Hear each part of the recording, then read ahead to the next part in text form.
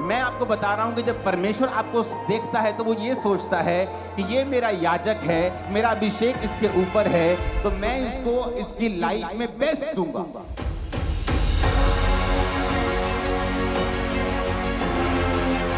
परमेश्वर ने कहा जो अभिषेक वाला भाग होगा यानी एक्स्ट्रा, मैं तुम्हें वो दूंगा, एक्स्ट्रा दूंगा लोगों से।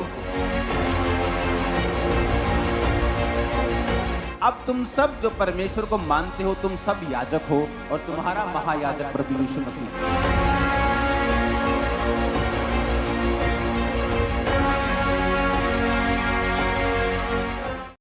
अपने घुटनों के बाहर आकर खुदा को बोले, परमेश्वर आज जो कुछ भी मैं सुनूं,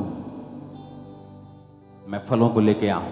यीशु नाम, यीशु, यीशु नाम, यीशु। प्रभु यीशु मसीह के सामर्थ्य नाम में हम मानते हैं। जब परमेश्वर ने आखिरी आज्ञा दी थी अपने चेलों को और 500 लोगों को, तो परमेश्वर ने कहा था यरूशलेम को ना छोड़ना, परंतु पवित्र आत्मा के आने की बाट जोहना। और वचन कहता है कि पेंटिकोस के दिन जब पवित्र आत्मा उतरा तो वो सब गैर भाषा से भर गए और सब पवित्र आत्मा से भर गए और सब अभिषेक से भर गए। और वचन ये भी कहता है कि वो जब पवित्र आत्मा और अभिषेक से भर गए तो वो सब लोग जो थे परमेश्वर के काम करने लगे, उनके हाथ रखने से रोगी चंगे होने लगे। और ये वचन पूरा हुआ कि अंत के दिनों में मैं अपना आत्मा सब मनुष्यों के ऊपर उंडेलूंगा। पुराने समय में जीसस क्राइस्ट के जन्म से पहले कुछ लोगों के ऊपर आत्मा उतरता था और परमेश्वर उनको अपना अभिषेक देता था। और परमेश्वर ने कहा था याजक जो मेरे अभिषिक्त होंगे ये लोगों के भार को उठाएंगे और लोगों के लिए बलि चढ़ाएंगे। और याजकों को परमेश्वर ने पवित्र रहने के लिए बोला। और वचन ये भी कहता है कि याजकों के ऊपर जो अभिषेक था उसके कारण परमेश्वर ने कहा था कि इनके जीवन में उत्तम दाख, उत्तम तेल और सब कुछ याजकों की लाइफ में जो आएगा वो उत्तम से उत्तम आएगा। मैं 10 तरह का बेस्ट जैतून का तेल मंगवाऊंगा और जो 10 में बेस्ट होगा वो मैं याजकों को दूंगा। यानी याजकों के जीवन में जो भी आशीष होगी वो सबसे उत्तम होगी, क्योंकि ये मेरे अभिषेक किए हुए हैं और ये मेरी सेवा करने वाले लोग हैं। और जब हम ये बात को जानते हैं कि परमेश्वर एक सा रहने वाला परमेश्वर है और परमेश्वर कभी बदलता नहीं, पुराने नियम में और नए नियम में वो बदला नहीं है, वो एक ही है। कुछ चीजें उसने की हैं लेकिन वो बदला हुआ परमेश्वर नहीं है। अगर वो पहले याजकों को खड़ा करता था सेवकाई के लिए, तो बाइबल कहती है जब हम प्रकाशित वाक्य 1 उसकी 5 और 6 आयत पढ़ते हैं, अब वो ये कहता है कि जो पुराने समय के याजक हुआ करते थे कुछ, अब तुम सब जो परमेश्वर को मानते हो तुम सब याजक हो और तुम्हारा महायाजक प्रभु यीशु मसीह है। यानी परमेश्वर जब आपको देखता है तो वो इस निगाह से देखता है कि जिसने परमेश्वर को ग्रहण कर लिया, जो परमेश्वर में आ गया, जिसने बपतिस्मा ले लिया, परमेश्वर की निगाह में जब वो आपको देखता है तो एक याजक और एक राजा के रूप में देखता है। तो इसका मतलब जब याजकों को वो देखता था तो वो इस तरह से देखता था कि ये मेरे याजक हैं, इन पर मेरा अभिषेक है, अब मैं इनको उत्तम दाख, उत्तम गेहूं, उत्तम तेल, यहां तक कि जो उनकी पत्नी हुआ करती थी, उनका पार्टनर हुआ करता था, वो भी परमेश्वर बोलता था कुंवारियों में से लेना, वो पवित्रताई में से लेना, उत्तम लेना। क्यों ऐसा परमेश्वर कहते थे? क्योंकि बाइबल कहती परमेश्वर ने कहा ये मेरी सेवा करने वाले याजक हैं जिन पर मेरा अभिषेक है और मैं इनके जीवन में जो दूंगा वो सिर्फ उत्तम से उत्तम ही होगा। तो पुराने नियम के जो याजक होते थे, परमेश्वर कहता कि मैं इनको उत्तम दूंगा, जो भी इनकी लाइफ में आशीष आएगी मैं इनको बेस्ट आशीष दूंगा, दुनिया से अलग करूंगा, मैं इनके ऊपर अपना अभिषेक रखूंगा, मैं इनको सुरक्षित रखूंगा, मैं इनको बीमारियों से बचाकर रखूंगा, मैं इनको शर्मिंदगी से बचाकर रखूंगा, मैं इनको दुश्मन के हाथ में नहीं पड़ने दूंगा। क्यों? क्योंकि इस पर मेरा अभिषेक है और ये मेरा चुना हुआ याजक है और ये सेवा करने वाला है। कितने मेरी बात को समझ रहे हैं? अब पुराने नियम में कुछ कुछ याजक होते थे, बाकी प्रजा होती थी, वो अपने अपने पापों के लिए भेड़ों को लाया करती थी। याजक उन भेड़ों को परमेश्वर के सामने पाप बलि, होम बलि के रूप में, स्वेच्छा बलि, बड़ी सी बलियां होती थी, उनके रूप में परमेश्वर के सामने चढ़ाया करता था। लेकिन लोगों को अधिकार नहीं था बलि चढ़ाने का। लेकिन परमेश्वर ने कहा कि जब प्रभु यीशु मसीह आ जाएंगे तो अनुग्रह आ जाएगा, ऐसा अनुग्रह आ जाएगा जो कभी कुछ कुछ लोगों पे होता था, अब वो सब पे आ जाएगा। और जो कोई परमेश्वर को ग्रहण करेगा, यहोवा पिता के सामने वो याजक ठहराया जाएगा और राजा ठहराया जाएगा। यानी उसकी लाइफ में अब जो कोई आशीष आएगी वो उत्तम से उत्तम आएगी। तुम बेस्ट आशीषों के हकदार होंगे, तुम्हारी लाइफ में हर एक चीज बेस्ट होगी। ऐसा परमेश्वर देखता है आप विश्वासियों को, जब वो आपकी ओर देखता है जिसने बपतिस्मा लिया हुआ है, जो याजक है और जो परमेश्वर यीशु मसीह को अपना उद्धारकर्ता मानता है। समझ आ गई इतनी बात के नहीं? मैं आगे चलूं, ये बेस बना रहा हूं। यानी आप सोचते हैं कि जब परमेश्वर आपको देखता है तो वो क्या सोचता है? मैं आपको बता रहा हूं कि जब परमेश्वर आपको देखता है तो वो ये सोचता है कि ये मेरा याजक है और इसका मेरा अभिषेक इसके ऊपर है, तो मैं इसको इसकी लाइफ में बेस्ट दूंगा। ये परमेश्वर सोचता है आप सबके विषय में। लेकिन अब कुछ पॉइंट हम देखेंगे कि क्या हम सचमुच याजक हैं। याजकों को कुछ काम दिए गए थे परमेश्वर के द्वारा। याजक के ऊपर अगर अभिषेक ज्यादा था और अलग था, उनकी आशीष अलग थी, तो परमेश्वर की इंस्ट्रक्शंस याजकों के लिए अलग थी। जो आम विश्वासी कर सकते थे वो याजक नहीं कर सकते थे। जो याजक कर सकता था वो महायाजक नहीं कर सकता था। अब हम उन विषयों पे बात करेंगे जो परमेश्वर ने याजकों को कहे थे कि अगर तुम याजक हो और मेरे पवित्र किए गए हो तो तुम्हारे जीवन में तुम्हें कुछ इंस्ट्रक्शंस खास हैं जो माननी पड़ेंगी। क्योंकि वचन में लिखा है नए नियम में कि जो परमेश्वर ने तुम्हारा अभिषेक किया है वो तुम्हें सब बातें सिखाता है। यानी तुम्हें घर कैसे चलाना है, तुम्हें बिजनेस कैसे चलाना है, सेवकाई कैसे चलानी है, यानी तुम अपने जीवन में कैसे चलना है, अपनी सेहत का ध्यान कैसे रखना है। परमेश्वर कहता है जो अभिषेक तुम्हारा किया गया है वो तुम्हें सब बातें सिखाता है।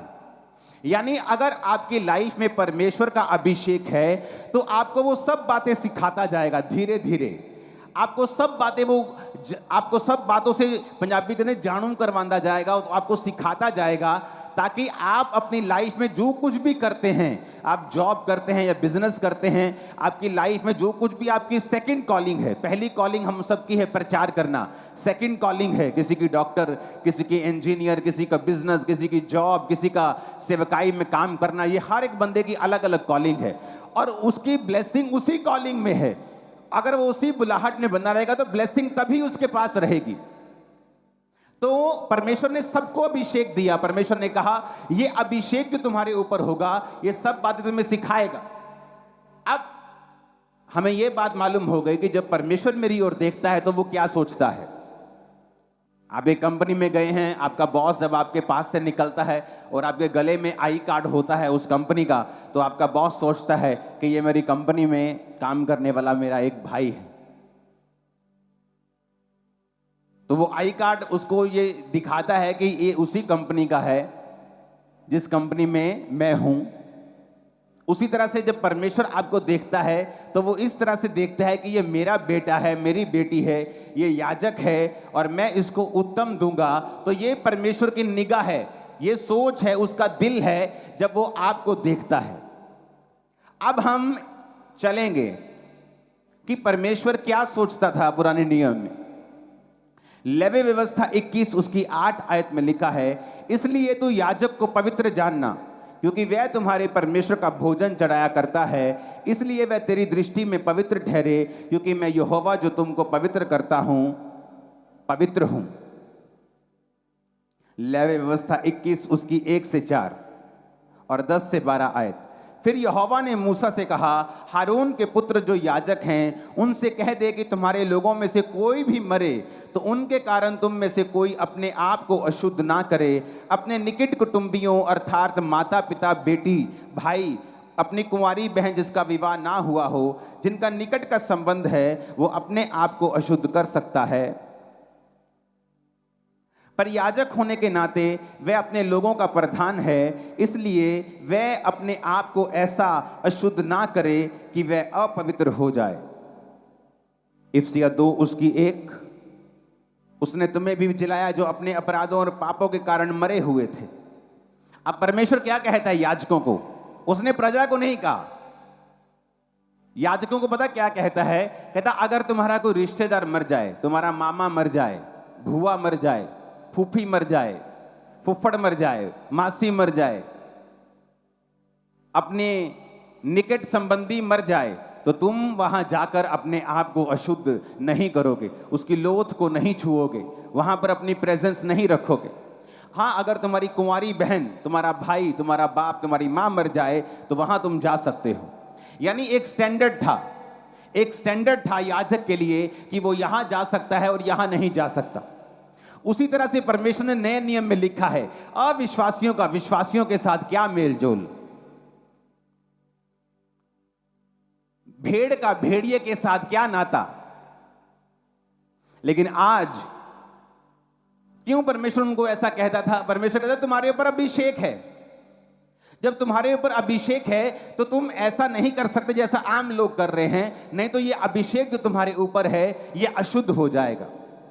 सबोपदेशक 10 उसकी 1 में लिखा है, मरी हुई मक्खियों के कारण गंधी का तेल सड़ने और बसाने लगता है, और थोड़ी सी मूर्खता बुद्धि और प्रतिष्ठा को घटा देती है। परमेश्वर ने क्या कहा कि थोड़ी सी मूर्खता के कारण, मरी हुई मक्खियों के कारण गंधी का तेल, एक सुंदर, एक अभिषेक, एक सुगंधित तेल भी सड़ने लगता है और बसाने लगता है। मरी हुई मक्खियां पाप को दर्शाती हैं, पाप के परिणाम को दर्शाती हैं, मरे हुए कामों को दर्शाती हैं। तो परमेश्वर ने कहा याजक अपने आप को अपवित्र नहीं करेंगे क्योंकि इन पर मेरा अभिषेक है। उसी अभिषेक के कारण इन पर बेस्ट आ रहा है, बेस्ट तेल, बेस्ट दाग, बेस्ट जीवन, बेस्ट सब कुछ, बेस्ट सुरक्षा, ब्लेसिंग, हीलिंग, डिलीवरेंस इन पे आ रहा है। तो परमेश्वर ने नए नियम में क्या कहा?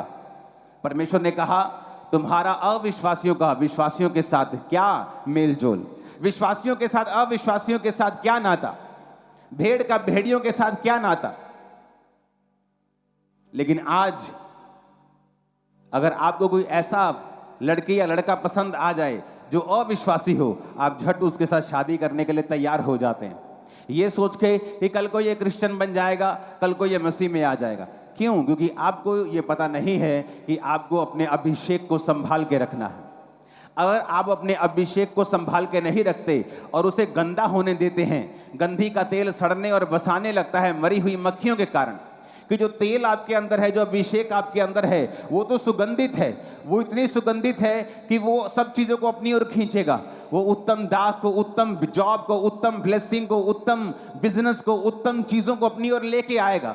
लेकिन मरी हुई मक्खियों के कारण, कि तुम्हारे काम मरे हुए हैं, तुम्हारे पापों के कारण, तुम्हारी ब्लू फिल्में देखने के कारण, तुम्हारे ध्यान ना रखने के कारण कि क्या ये काम मेरे अभिषेक को खराब कर सकता है। परमेश्वर ने कहा याजकों को कि तुम्हें उत्तम तो मैं दूंगा, लेकिन तुम्हें अब वैसा नहीं करना पड़ेगा जैसे लोग कर सकते हैं। अब तुम आम लोगों में नहीं जा सकते, तुम मरे हुए लोगों में नहीं जा सकते। तो क्या हम मरे हुए लोगों में नहीं फिरते? हमें मालूम है कि मेरा एक फ्रेंड जो क्रिश्चियन है, ये आत्मा में मरा हुआ व्यक्ति है, ये पाप करने वाला व्यक्ति है, ये व्यभिचार करने वाला व्यक्ति है, शराब पीने वाला व्यक्ति है, तो भी मेरे साथ उसका संबंध मैं छोड़ता नहीं हूं। इसका मतलब क्या है? कि मुझे अपने अभिषेक की कोई भी परवाह नहीं है।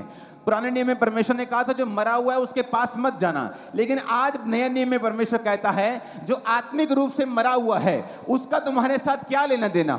पौलुस कहता जो भाई कहलवा के मूर्ति पूजा करता हो, जो भाई कहलवा के व्यभिचार करता हो, उसकी थाली में भी खाना नहीं खाना।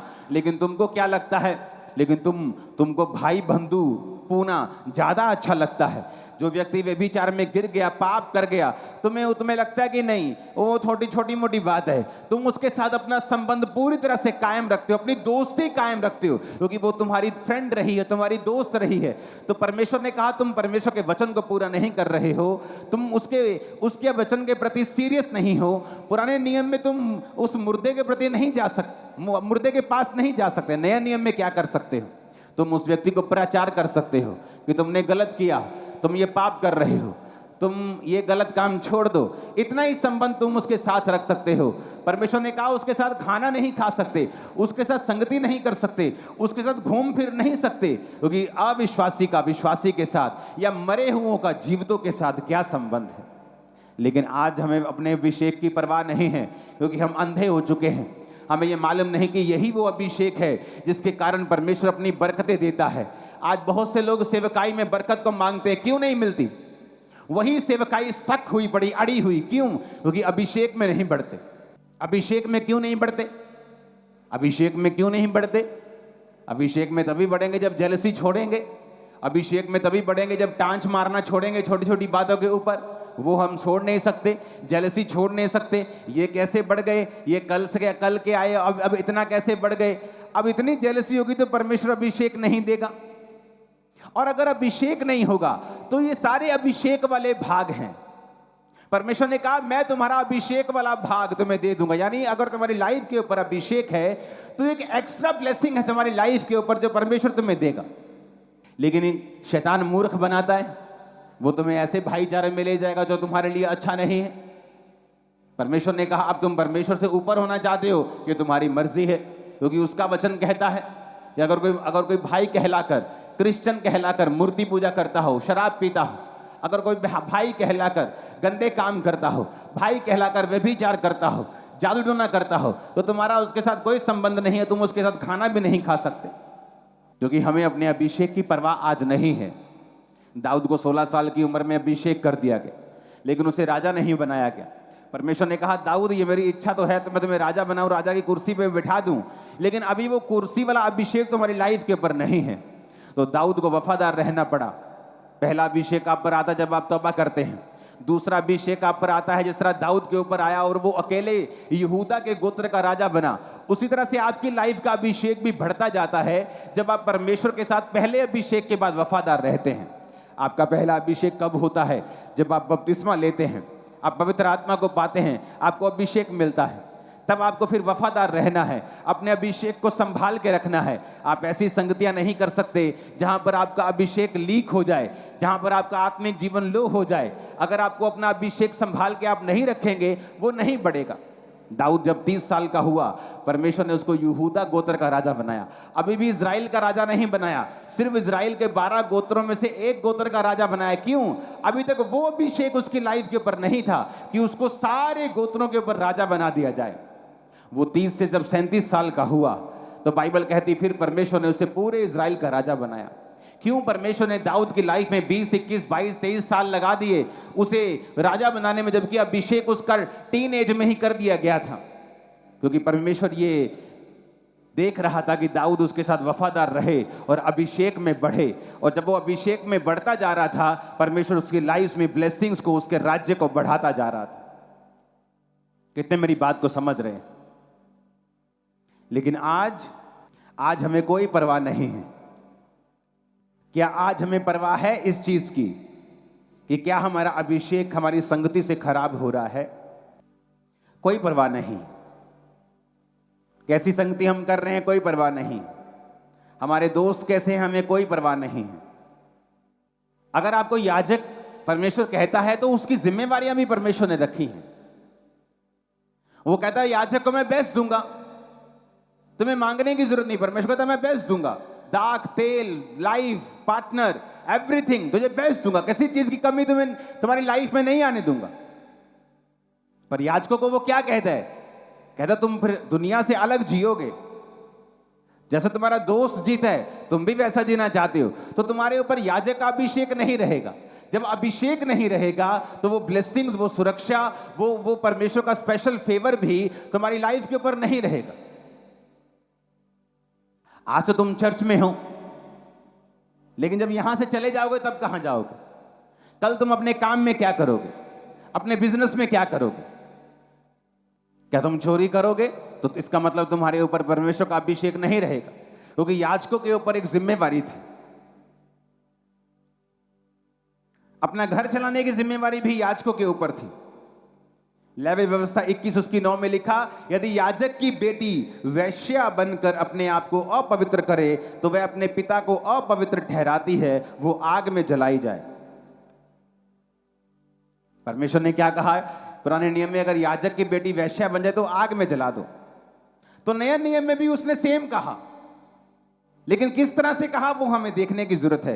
पहला तीमुथियुस 3 उसकी 2, 4 और 11, 12 में लिखा है, यह आवश्यक है कि अध्यक्ष निर्दोष और एक ही पत्नी का पति, संयमी, सुशील, सभ्य, अतिथि सत्कार करने वाला, सिखाने में निपुण, अपने घर का अच्छा प्रबंध करता हो, अपने बाल बच्चों को सारी गंभीरता से अधीन रखता हो। तो चेंज नहीं किया, लेकिन मारने का अधिकार अभी नहीं दिया। मार कुटाई बंद हो चुकी कि सूली पे चढ़ा दो, आग लगा दो, वो पत्थर मार दो, बंद हो गया। पर कहता अपने बेटे पे छड़ी चलाना बंद नहीं किया, पूरी गंभीरता से अधीन रख, ये बंद नहीं किया। आप अपने घर के अगुए हैं, आप अपने घर के पिता हैं, आप अपने घर के याजक हैं, लेकिन आपको यह नहीं मालूम कि आपके बच्चों के दोस्त कौन हैं, वो स्कूल में क्या कर रहे हैं, वो अपनी लाइफ में क्या कर रहे हैं। बहुत सारे प्रॉफिट्स ने यह गलती की है, सेवकाई में इतना बिजी हो गए कि अपने बच्चों को अपने अधीन कभी नहीं किया। जिस तरह के शमूएल, ऐसा नबी जिसकी एक भी बात धरती पे गिरती नहीं थी, लेकिन वचन कहता है कि उसके बच्चे परमेश्वर की राहों पर नहीं चले। क्यों? क्योंकि हर टाइम सेवकाई में बिजी, अपने बच्चों की ओर कभी भी ध्यान नहीं दिया, अपने परिवार की ओर ध्यान नहीं दिया। जबकि वचन ये कहता है कि अगर तुम अध्यक्ष बनना चाहते हो तो तुम्हें अपने परिवार को भी संभालना आना चाहिए। आपको नहीं पता आपकी वाइफ की प्रेयर लाइफ कितनी है, आपको नहीं पता आपके हस्बैंड की प्रेयर कितनी है। आप अपने अपना घर व्यवस्थित नहीं किया। अगर आपने अपना बेस व्यवस्थित नहीं किया, आप बड़ी बिल्डिंग उस पर नहीं बना सकते। आपने अपने घर के माहौल को ऐसा नहीं किया कि सब प्रार्थना कर सकें। हर बंदा अपने में बिजी है और संडे के संडे हम चर्च चले जाते हैं। ये उत्तम रास्ता नहीं है और ये सही रास्ता नहीं है। बाइबल कहती है एली के बच्चे जो थे वो लुच्चे थे, वे विचार करते थे भवन में। और बाइबल कहती है एली आता था, बोलता था, ए बच्चों तुम गलत करते हो। ऐसे होते ना ठंडे माँ बाप, अपने बच्चों को समझाते रहते, बेटा ऐसा मत करो। लेकिन तब भी परमेश्वर ने सजा दी, जबकि परमेश्वर ये चाहता था कि एली वहां पे गरम रहे, डंडा उठाए, उनकी नानी याद करवा दे, उनको बेइज्जत करे। लेकिन आज के लोग बेइज्जत होना नहीं चाहते, वो मरना चाहते हैं। तो एली ने उनको बेइज्जत नहीं किया, पर बाइबल कहती है फिर वो नाश के रास्ते पे चले गए। और एक दिन संदूक उठा लिया गया। जब हमला हुआ और दोनों बच्चे एक ही दिन में मर गए, और जब एली को यह समाचार मिला, वो भारा था, कुर्सी पे बैठा हुआ था, तोंद निकली हुई थी, बहुत भारी था। जब उसने समाचार सुना, झटका लगा और वो भी गिरा, और भारी होने के कारण गर्दन के भार गिरा और गर्दन के मणके टूट गए और वहीं पे वो मर गया। जहां गर्म होना चाहिए था वहां गर्म नहीं हुए, ताकि घर में कलेश ना हो, असहज वातावरण ना बने। आज तुम अपने बच्चों को कुछ नहीं कहते, तुम्हें मालूम है तुम्हारी बेटी बिगड़ रही है, तुम कुछ नहीं कहते कि घर में कलेश ना हो, इसके बाप को मालूम ना हो जाए। एक दिन वो छोटा सा सांप जो तुमने पाला हुआ है वो बड़ा अजगर बन जाएगा, क्योंकि जो छोटा सा सांप उत्पत्ति में आदम के पास आया था, वो प्रकाशित वाक्य में एक बड़ा अजगर बन के आता है। एली ने अपने बच्चों की ओर ध्यान नहीं दिया, खुद परमेश्वर में चलता रहा, लेकिन अपने बच्चों पे डंडा नहीं उठाया। उसके पास ताकत थी, वो अपने बच्चों को एक्सपोज करता लोगों के सामने और बोलता कि ये व्यभिचारी हैं, मत करो, तुम याजक, इनको याजक मत समझो। ऐसे बड़े स्टेप उठाता उनके सामने, उनको शर्मिंदगी होती, फिर वो तौबा कर लेते। लेकिन मुंह से समझाता क्या? सिर्फ सिंपल, ओ बेटा डोंट डू दिस, बेटा ऐसे मत करो की करिए हो आजकल दे न्याणे मानते ही नहीं गए, और तुम उनको बड़ा कर रहे हो नाश के लिए। बहुत से सेवक नहीं उठा पाते ऐसे स्टेप्स को और अपने बिगड़े हुए बच्चों को पुलपिट पे खड़ा करे रखते हैं। उन्हें लगता है अगर हम कुछ कहेंगे तो हमारा घर अव्यवस्थित हो जाएगा। ऐसा करते इसकी शादी करते थे, शादी तो कर दी, वो शादी के फिर 2 साल बाद बिगड़ जाएगा, क्योंकि अगर तुमने स्पिरिट को हैंडल नहीं किया, अगर तुमने आत्मा को हैंडल नहीं, पाप को हैंडल नहीं किया, तो शादी से पहले जो पाप तंग करता था शादी के बाद भी वो तंग करेगा, क्योंकि तुम्हें काबू करना पड़ेगा पहले से ही, वो बाद में भी तंग तुम्हें नहीं करेगा। कितने मेरी बात को समझ रहे हैं? तो याजक अगर बनना है तो याजकों की जिम्मेवारी भी देखो परमेश्वर ने कैसी रखी है। याजकों की बेटियों को पवित्र होना था, याजकों के बेटों को पवित्र होना था। याजक को जिम्मेवारी निभानी थी कि वो अपने बच्चों को, अपने बाल बच्चों को गंभीरता के साथ अधीनगी में रखे और परमेश्वर में चलाए। क्यों परमेश्वर अब्राहम से खुश था? क्यों परमेश्वर बोलता था जब 3 दूत अब्राहम के पास आए और उन्होंने खाना खाया, उनमें से 2 दूत थे और एक यहोवा परमेश्वर था। जब बाइबल कहती है वो सदोम और अमोरा की ओर चले उनको नाश करने के लिए, तो जो एक दूत यहोवा परमेश्वर था, तो वो अपने मन में सोचने लगा कि जो मैं करने वाला हूं क्या मैं अपने दोस्त अब्राहम से छुपा के रखूं, क्योंकि ये अपने घराने को आज्ञा देगा कि मेरे बाद तुम परमेश्वर में अटल चलते रहोगे। आज्ञा देगा, कमांड करेगा, विल बनाएगा। मेरे बाद अगर मेरे बच्चे यहोवा में चलते हैं तो सारी प्रॉपर्टी के मालिक हैं, नहीं तो ये सारी प्रॉपर्टी सब में बांट दी जाए। ऐसी विल, ऐसी कमांड, ऐसी पावर अपने घराने के ऊपर कि बेटा ये सही रास्ता है, तुम्हें यहोवा में चलना है, मुड़ना रास्ता नहीं है, नहीं तो मैं तेरा बाप नहीं हूं। लेकिन नहीं, आज के विश्वासी ऐसे कदम नहीं उठा सकते और वो धीरे धीरे अपने बच्चों को नाश होता हुआ देखते हैं। पहले बिगड़ता हुआ देखते हैं, फिर नाश होता हुआ देखते हैं, फिर शैतान के हाथों में देखते हैं, फिर इस धरती के ऊपर उन्हें दुख भोगता हुआ देखते हैं, फिर परमेश्वर के सामने प्रार्थना करते हो परमेश्वर। फिर परमेश्वर कहता है तुझे मेरा वचन सुनाई नहीं दिया था जब मैं बोल रहा था? तुझे ये मालूम नहीं कि मैं ही वचन हूं, वचन ही मैं हूं? जब मैं वचन के जरिए तुमसे बात कर रहा था तुम्हें सुनाई नहीं दिया था? तब तुम्हें एक्शन लेना चाहिए था, स्टैंड लेना चाहिए था, फास्टिंग करनी चाहिए थी, प्रार्थना करनी चाहिए थी, प्रेम भी करना चाहिए था अपने बच्चों से अधिक, ताकि तुम उन्हें बदल सको और मुझ में ला सको। तो अगर तुम्हें याजक बनना है तो तुम्हारे ऊपर एक जिम्मेवारी भी है जो परमेश्वर दिखाता है। ऊंची आवाज में हालेलुया बोलो। अगर तुम याजक हो तो तुम वो नहीं कर सकते जो दुनिया कर सकती। अगर तुम याजक हो और तुम ये मानते हो कि मैं याजक हूं, मेरे ऊपर परमेश्वर का अभिषेक है, तो फिर तुम वो नहीं कर सकते जो दुनिया करती। पवित्र आत्मा से भरने के बाद, पवित्र आत्मा की गहरी उपस्थिति को लेने के बाद, बहुत गहरी उपस्थिति 2004 से मैंने पवित्र आत्मा की देखी है अपनी लाइफ में। जब परमेश्वर कहता है याजक, तुम याजक हो, तो तुम अपनी भुआ के मरने पे नहीं जा सकते हो। तो परमेश्वर इतनी गहरी इंस्ट्रक्शंस इनको देता था। तो परमेश्वर आज भी याजकों को कहता है तुम लोगों को कि तुम अविश्वासियों के साथ तुम्हारा क्या मेल जोल, तुम उनको प्रचार करो, तुम उनके लिए प्रार्थना करो, तुम उनके लिए हेल्प करो, तुम उनसे तसल्ली करो, उनको गले लगाओ, उनको प्यार करो, लेकिन उनके जैसे काम, उनके जैसे संगति, उनके जैसे बीच में रह के उनको प्रसन्न करने का प्रयत्न नहीं कर सकते तुम लोग। तो मैंने अपने आप को अलग किया। मुझे मसीह में आए शायद सिर्फ 1 साल हुआ होगा। तब मैं वचन को जल्दी समझता था। जब मुझे मालूम हुआ था कि मुझे बपतिस्मा लेना है, कि बपतिस्मा नाम की कोई चीज़ होती है, तो मैं अपने पास्टर को बोलता था, वो पास्टर नहीं थे, जस्ट सेवा करने वाले लोग थे, तो मैं बोलता था जल्दी बपतिस्मा दो। बोलते थे पास्टर देंगे, जब पास्टर इकट्ठे हो जाएंगे 20-30 लोग तो पास्टर बैप्टिज्म देंगे। तो उस पास्टर से जब मेरा बपतिस्मा हुआ, जब 20-30 लोग इकट्ठे हुए, वो भी 1-1.5 महीने बाद, जबकि मुझे जब बपतिस्मे के बारे में मालूम हुआ था, मैंने कहा था जल्दी जल्दी मुझे बपतिस्मा दे दो। और आज लोग 6-6 महीने, 1-1 साल सोचते रहते कि मैं बपतिस्मा लूँ या ना लूँ। क्या सोचते रहते हो कि मुझे पाप करना है, मैं अभी पाप करूँगा, मैं साफ नहीं हूँ?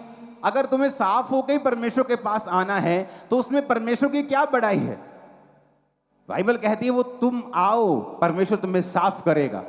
तुम ये नहीं सोच सकते कि मैं बपतिस्मा तब लूंगा जब मैं साफ हो जाऊंगा। तुम ये नहीं सोच सकते कि जब मुझे आवाज आएगी। कौन सी आवाज? परमेश्वर तो आवाज दे चुका है बाइबल में कि तुम में से सब लोग बाप बेटा पवित्र आत्मा के नाम से बपतिस्मा ले और परमेश्वर को ग्रहण करें। अब कौन सी आवाज की उड़ीक कर रहे हो? नहीं, मैंने फलाने टाइम पे एक नाम लिया हुआ है।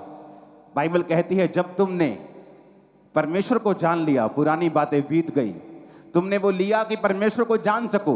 अब जब तुमने परमेश्वर को जान लिया कि जीसस क्राइस्ट मेरा असली ओरिजिनल ऑथेंटिक सच्चा परमेश्वर है, अब यीशु मसीह के पीछे आने का टाइम हो चुका है, अब परमेश्वर को फॉलो करने का टाइम हो चुका है। आमीन।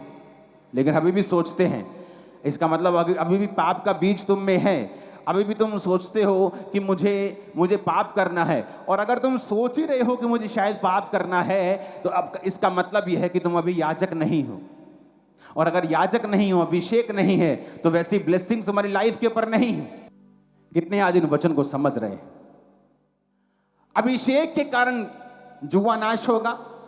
अभिषेक वाला भाग यानी एक्स्ट्रा भाग, कहते तुम्हारे पास एक्स्ट्रा ये कार्ड है ना, जो गोल्डन कार्ड, इसकी एक्स्ट्रा बरकतें मिलती हैं, एक्स्ट्रा प्रिविलेज मिलता है। परमेश्वर ने कहा जो अभिषेक वाला भाग होगा यानी एक्स्ट्रा, मैं तुम्हें वो दूंगा, एक्स्ट्रा दूंगा लोगों से, क्योंकि तुम्हारा अभिषेक वाला भाग है। और वचन कहता है कि मरी हुई मक्खियों के कारण गंधी का तेल सड़ने और बसाने लगता है। पाप के कारण तुम्हारा अभिषेक जो है वो खत्म होने लगता है, कम होने लगता है। गलत संगति के कारण तुम्हारा अभिषेक कम होने लगता है। परमेश्वर ने कहा याजकों को कि तुम सबके साथ शादी नहीं कर सकते हो, तुम अपने ही दायरे में रह के, अपने ही कुलों में रह के किसी पवित्र के साथ शादी कर सकते हो। तुम किसी वैश्या के साथ शादी नहीं कर सकते हो। लेकिन नए नियम में वो क्या कहता है? चाहे तुम पापी हो, तुम्हारे पाप माफ हो गए। अब नए नियम में वो क्या कहता है कि तुम किसी अविश्वासी के साथ शादी नहीं कर सकते। लेकिन आज कितने विश्वासी हैं जो अविश्वासियों के साथ शादी करना चाहते हैं। बात ये नहीं कि वो अच्छा है या वो भला है, बात ये नहीं कि वो आज आपका फियांसे कह रहा है कि मैं चर्च में चला जाया करूंगा, मुझे कोई प्रॉब्लम नहीं। आज वो कह रहा है मैं चर्च में चला जाऊंगा, कल वो कहेगा मैं चर्च में आज नहीं जाऊंगा, जादू कर ले जो करना है। तो क्या होगा? तुम एक बंदे की आवाज पे यकीन कर रहे हो? तुम एक बंदे की आवाज के ऊपर अपना पूरा जीवन बनाना चाहते हो? तुम क्यों वो लड़ाई मोल लेना चाहते हो जो तुम्हारे लिए परमेश्वर ने नहीं रखी हुई? एक लड़ाई है जो आपकी आनी है शैतान के साथ। किसी परीक्षा में आपको पढ़ना है, परमेश्वर आपको डालेगा ताकि आपके विश्वास को परख सके, आपको आगे बढ़ा सके। एक लड़ाई है जो आप खुद मोल ले रहे हैं कि कल को जब वो मुकर जाएगा, मुझे नहीं जाना चर्च में, फिर आप उसके लिए प्रार्थना करवाएंगे, अपने पास्टर को भी तंग करेंगे, आप फिर पूरी ईमेल भर देंगे, आप फिर ले हैंड पे खड़े हो जाएंगे। ये वो लड़ाई है जो परमेश्वर ने नहीं सोची हुई आप करें, ये आपने खुद मोल ली। जब आप अपने पार्टनर के साथ शादी करते हैं तो बाइबल कहती तुम एक तन होंगे। अगर एक तन है तो स्पिरिट भी एक ही है, क्योंकि आपके पार्टनर के पीछे जितनी भी स्पिरिट्स हैं वो आपकी हैं, आपकी जितनी भी स्पिरिट्स हैं वो आपके पार्टनर की हैं। तो जब आप एक अविश्वासी से शादी करते हैं, आपको ये मालूम है कि अविश्वासी होने के कारण कितने तरह के जनरेशनल कर्स, कितने तरह के जनरेशन श्राप उसकी लाइफ में रहते हैं। तो जब आप उससे शादी कर रहे हैं, आप उन आत्माओं के साथ भी शादी कर रहे हैं। जब आप किसी के साथ व्यभिचार करते हैं, आप उसकी स्पिरिट के साथ बंध जाते हैं। चाहे आप तौबा भी कर लें, लेकिन लास्ट तक आपको वो स्पिरिट उठानी पड़ती है आपके कंधों के ऊपर। नहीं तो यकीन नहीं तो दाऊद को पढ़ लो, वो माफ कर दिया गया, लेकिन वो तलवार की स्पिरिट उसके बच्चों को उसकी जिंदगी के अंतिम दिनों तक उसने छोड़ा नहीं। इसलिए वचन कहता है कि जो पाप तुम करते हो दूसरे, वो देह से बाहर हैं, लेकिन जो पाप तुम व्यभिचार का करते हो वो डबल पाप है, तुम्हारी देह के विरुद्ध भी है, तुम्हारी आत्मा के विरुद्ध भी है। कितने इन बातों को समझ रहे हैं? तो वचन कहता है कि परमेश्वर ने ये सब चीजें हमें लिख कर दी हैं, और हमें अपना अभिषेक संभालने के लिए हमें अलग टाइम में रहना है। हमारी बाउंड्रीज हैं, हमें एक बाउंड्रीज में रहना है ताकि हम अपने अभिषेक को बचा के रखें, क्योंकि जो लोगों की लाइफ में नहीं है परमेश्वर ने आपको दिया है। वो अभिषेक आपका है। उसने कहा मैं पवित्र हूं, तो तू पवित्र बन। पवित्रताई के बिना कोई मुझे देख नहीं पाएगा। अगर वो अभिषेक हमारी लाइफ में होगा, वो सब चीजों को हमारी लाइफ में खींच के लेके आएगा। और ये एक दिन का काम नहीं है। अभिषेक का मतलब है टू रब, किसी चीज पर रगड़ना। एक खुशबूदार चीज को आप अपने शरीर पर एक दिन रगड़ेंगे तो उसकी स्मेल 2 दिन नहीं जाती। तो अगर आप रोज रगड़ते जाएंगे, रोज रगड़ते जाएंगे, रोज रगड़ते जाएंगे, रोज रोज रोज, तो वो आपके शरीर का एक हिस्सा बन जाएगा। लेकिन जब आप गंदगी में जाएंगे, मिट्टी में जाएंगे, लोटपोट हो जाएंगे, तो उसकी स्मेल थोड़ी धीमी हो जाएगी। फिर आपको नहाना पड़ेगा, फिर आपको मलना पड़ेगा उस स्मेल को वापस पाने के लिए। उसी तरह से अभिषेक है। जब आप संसार में जाते हैं, मिट्टी में, कीचड़ में जाते हैं, उसकी स्मेल फीकी होने लगती है और एक दिन खत्म हो जाती है। लेकिन जब आप रोज प्रार्थना में, रोज रोजा, रोज वचन, रोज आप रोज रगड़ते हैं उस सुंदर चीज को, खुशबूदार चीज को, वो आपके आसपास एक ऑरा बना लेती है। आप किसी से सरसरी भी मिलेंगे, ऐसे ही उसकी लाइफ में बड़ा काम हो जाएगा, परमेश्वर उसको छू लेगा। क्यों? क्योंकि वो अभिषेक जो रगड़ रगड़ के आपके आसपास एक ऑरा बन चुका है, आपकी स्मेल बन चुकी है उस अभिषेक के कारण। अभिषेक इस तरह से काम करता है। हालेलुया। अपनी लाइफ में अभिषेक को कभी गवाओ मत। और शैतान इसीलिए, क्यों वो आपको चाहता है व्यभिचार करो, क्यों वो चाहता है प्रेयर ना करो, क्यों वो चाहता है आप टीवी देखते रहो? उसे मालूम है कि अगर ये प्रेयर में बैठेगा तो ये अभिषेक होगा। अगर ये अभिषेक से रोज अपने आप को रगड़ेगा तो अभिषेक इसके अंदर आता जाएगा। जब अभिषेक आएगा तो ब्लेसिंग्स आएंगी। शैतान अभिषेक से नफरत करता है। वो ऐसी चर्चिस से नफरत नहीं करता जहां अभिषेक ना हो, जहां ठंडी ठंडी आराधना हो, 2 मिनट का 10 मिनट का वचन हो, फिर उसके बाद पास्टर आपसे हाथ मिलाए और आपको छुट्टी कर दे। वो नफरत नहीं करता ऐसे लोगों से। क्यों? क्योंकि अभिषेक के कारण जुआ तोड़ दिया जाए। उसे अभिषेक वाले लोगों से नफरत है। आप देखेंगे इस शैतान अभिषेक लोगों से नफरत क्यों करता है, ऐसी चर्चिस से नफरत क्यों करता है जहां अभिषेक के काम होते हैं? क्योंकि अभिषेक के कारण जुआ तोड़ दिया जाए। ऐसी चर्चिस से नफरत क्यों नहीं करता जहां काम नहीं होते? क्योंकि वहां अभिषेक नहीं। जहां अभिषेक नहीं वहां शैतान को कोई प्रॉब्लम नहीं, क्योंकि अभिषेक के कारण जुआ नाश कर दिया जाएगा। अब आने वाले समय में देखोगे शैतान किस तरह से अभिषिक्त लोगों पर अटैक करता है। प्रभु ने मुझे आज नहीं, कितने महीने पहले बताया था। आज एआई का जमाना है। आप देखेंगे पास्टर की शक्ल को किसी गंदे लोगों की शक्ल में लगाकर अलग अलग तरह के वीडियोस लोग जारी करेंगे। देखो पास्टर क्या कर रहा है, ये देखो बॉम्बे का पास्टर क्या कर रहा है, जबकि वो असल वीडियो नहीं होगी, वो गंदी वीडियो कंप्यूटर के द्वारा बनाई गई होगी। उसके हाथ में सिगरेट पकड़े कंप्यूटर बनाएगा। पास्टर्स पे अटैक क्यों कर रहा है शैतान? क्योंकि उसको पता है कि ये अभिषिक्त हैं।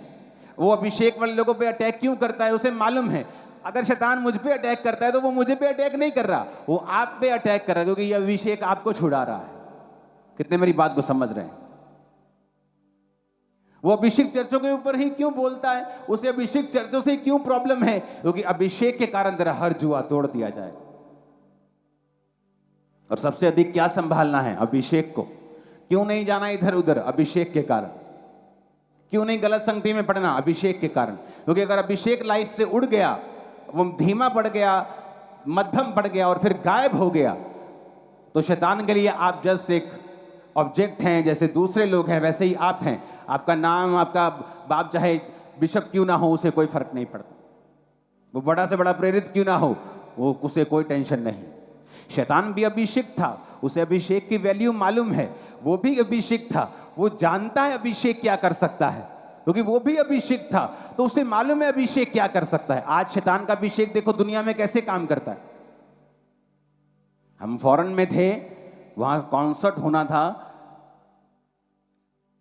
जो शारीरिक गानों वाला कॉन्सर्ट, तो वहां गोरों की लाइन लगी पड़ी थी। गोरे लाइन में बड़े लगते हैं, बड़े खुश रहते हैं, पता नहीं क्या चक्कर, और बड़े पेशेंस रहते हैं। इंडियन तो लाइन तोड़ने की बड़ी कोशिश करते हैं, लाइन टूट जाए, हम आगे कोई फोन कर दे, वो नहीं ऐसा करते, वो आराम से खड़े रहते। लंबी लाइन लगी, आधा किलोमीटर लंबी, स्टेडियम के बाहर लाइन, आराम से खड़े हैं एक कॉन्सर्ट में जाने के लिए। चर्चेस खाली। क्यों? क्योंकि जब चर्चेस से अभिषेक खत्म होता गया शैतान का अभिषेक खत्म नहीं किया शैतान ने। आज भी आप शैतानी को गाना लगाओ, आपको अभिषेक फील होगा। और बुढ़ी माई जिसके गोडे दर्द करते हैं ना, जब वो कभी मैं गीत लगा ही मेरा दिल करे मैं नचा, वो क्या है? अभिषेक।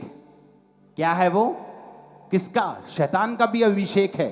उसने गवाया नहीं है, शैतान गिराया गया है, अभिषेक उसे छीना नहीं परमेश्वर ने। तो फौरन में क्या हुआ? चर्चिस में से अभिषेक खत्म होता गया तो लोग खत्म होते गए। नहीं तो फौरन में क्या होता था कि हर गली के बाहर एक चर्च थी और अभिषिक्त लोग, जो पौलुस की जनरेशन के सिखाए हुए लोग आगे बढ़ते थे, अभिषेक से बढ़ते थे और दुनिया पे राज किया उन लोगों ने। धीरे धीरे अभिषेक खत्म होता गया, दुनियावी चीजें बढ़ती गई। ओ ह्यूमैनिटी ह्यूमैनिटी करते गए। ये यूरोप वाले, ये जो अमेरिका वाले, ये लोग जो आज ह्यूमैनिटी ह्यूमैनिटी कर रहे हैं, एक दिन इन पर अन्य जाति, मैं उस कौम का नाम नहीं लूंगा, आप समझ जाना, कब्जा कर लेंगे। और जब 30% हो जाएंगे, इनके नाक में दम कर देंगे, ये सारे अंग्रेज घुटनों पे आ जाएंगे और यहोवा के सामने भीख मांगेंगे। और तब परमेश्वर उन जगहों पे काम करना शुरू करेगा। याद रखना, जो काम यहां हो रहा है, चाइना में हो रहा है, इंडोनेशिया में हो रहा है, एशिया में हो रहा है, कोरिया में हो रहा है, हो चुका है वहां पे, वो काम फिर वहां पे होगा, फिर से दोबारा होगा। जो काम 1000 ईस्वी में हुआ, जो पौलुस के जमाने में हुआ, जो पहली सदी में हुआ, वो फिर से शुरू होगा। जब अभिषेक कम हुआ, चर्चिस में से लोग कम हुए, क्योंकि जब अभिषेक नहीं है तो आप लोगों को खींच नहीं सकते। अगर आपके पास अभिषेक, आपको लोगों को मिलने की जरूरत नहीं। अभिषेक छुड़ाएगा लोगों को, लेके आएगा लोगों को। कितने मेरी बात को समझ रहे हैं? लिखा, अभिषेक के कारण तेरा हर जुआ नाश कर दिया जाएगा। जब शैतान का अभिषेक कम नहीं हुआ, आज भी वो देखो गाने गाते तो कॉन्सर्ट में से भरे होते। देखो मेरे साथ के बच्चे बता रहे थे, जो फॉरेन में होते हैं, यंग जो लड़कियां लड़के, कि मेरी कॉलेज की, मेरी स्कूल की लड़की ने $2000 की टिकट ली है इस कॉन्सर्ट में आने के लिए। क्यों? शैतान का अभिषेक कम नहीं हुआ। और वो अपने लोगों को अभिषेक देता है कि जाओ और लोगों को अपनी ओर खींचो। और आप समझ रहे हैं कि क्रिश्चियन लोगों को अपनी ओर खींच लेंगे अगर उनमें अभिषेक नहीं हुआ। चर्चिस के अकेले वचन सुनाकर उनको खींच लेंगी अगर वो वचन अभिषेक के साथ प्रचार नहीं किया गया। इसलिए पौलुस ने कहा, मेरे प्रचार में लुभाने वाली बातें नहीं थी जो मैं लुभाऊं तुम्हें वचन में से या संसारिक बातों में से कि परमेश्वर की रहा हो। कहता परंतु आत्मा और सामर्थ का प्रमाण था, लुभाने वाली बातें नहीं थी। आज क्या चल रहा है मोस्टली चर्चिस में? लुभाने वाली बातें। वो आपको टीच करने की कोशिश करते हैं, यहोवा के बारे में बताने की कोशिश करते हैं, जबकि वो भूल गए कि जिसके खिलाफ तुम्हारा, शैतान के खिलाफ युद्ध है, भाई साहब उसके पास सामर्थ है और तुम बिना सामर्थ के चल रहे हो। तुम उसके सामने जोकर हो, शैतान के सामने। वो तुमको जोकर मानते हैं। तुम बिना अभिषेक से नहीं चल सकते, तुम नहीं खींच सकते, तुम नहीं ला सकते लोगों को परमेश्वर के पुलपिट के सामने कि आओ और तौबा करो। जब लंगड़े चलेंगे, अंधे देखेंगे, काम होंगे, छुड़ाए जाएंगे शैतान के बंधनों से लोग, तो लोग यकीन कर लेंगे कि यहां सचमुच परमेश्वर की सामर्थ है और परमेश्वर का आत्मा यहां पे है और सचमुच यहोवा परमेश्वर जीवित है और यीशु जीवित है। हालेलुया। अगर अपनी लाइफ में कुछ संभाल के रखना है तो वो क्या है? नहीं सुना मेरे को? ऊंची आवाजें बोलो, ये स्पिरिट में चला जाए तुम्हारी। 7 बार बोलो, क्या संभाल के रखना है?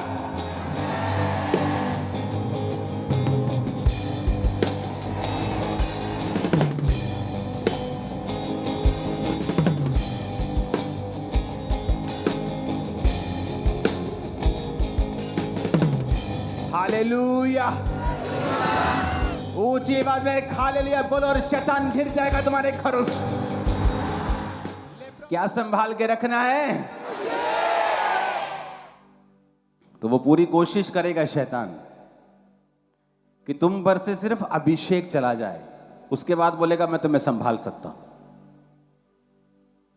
क्योंकि उसका अभिषेक गया नहीं है। और उसे बताइए क्या कर सकता है, तो वो कोशिश करता है कि तुम उस काम को करो जो वचन के खिलाफ है, तुम्हारा अभिषेक कम हो और एक दिन खत्म। क्योंकि शैतान के खिलाफ तुम एक जोकर हो अगर तुम्हारी लाइफ में अभिषेक नहीं। चाहे तुम्हें बाइबल सिर के पैरों से लेके उत्पत्ति से लेके प्रकाशित वाक्य के अंत तक आती हो, तुम बाइबल के टीचर हो, तुम्हें एक एक लाइन पता हो और तुम्हारे ऊपर अगर अभिषेक नहीं, तुम जोकर हो। शैतान तुम्हें कुछ नहीं समझता। अभिषेक होगा तो बरकत होगी, सुरक्षा होगी, शर्मिंदगी नहीं होगी। जो प्रार्थना नहीं करते अभिषेक नहीं ले सकते। जिनकी 2.5-3 घंटे से कम प्रेयर है अभिषेक कभी नहीं ले सकते। फास्टिंग नहीं करते, संगति रेगुलर नहीं करते। हाँ किराया नहीं होता जी, एक संडे आ जाते, एक संडे नहीं आते। तुम रोटी 2 टाइम खाते हो ना रोज? हाँ जी रोज 3 टाइम जी, सवेरे भी ऐसी खा के जाइदा करो। अगर तुम रोटी 3 टाइम खाते हो, तुम्हें हर संडे चर्च आना जरूरी है। अगर तुम 2 टाइम खाते हो तब भी आना जरूरी है। 1 टाइम खाते हो तब भी आना जरूरी है। इससे कम खाते हो फिर मत आना, क्योंकि इससे कम तुम खाते नहीं। आत्मिक जिंदगी के लिए, संगति के लिए हमारी वैल्यू कम हो गई, अभिषेक कम हो गया। अभिषेक कम हो गया, शैतान अटैक करना शुरू कर दिया। हमें स्पिरिचुअल चीजों की वैल्यू नहीं पता, इसीलिए क्वेश्चंस हमारी लाइफ में रहते हैं। ऐसा क्यों हो रहा है, ऐसा क्यों है, मेरी लाइफ में बरकत में टाइम क्यों लग रहा है? ये क्वेश्चंस इसीलिए। हालेलुया।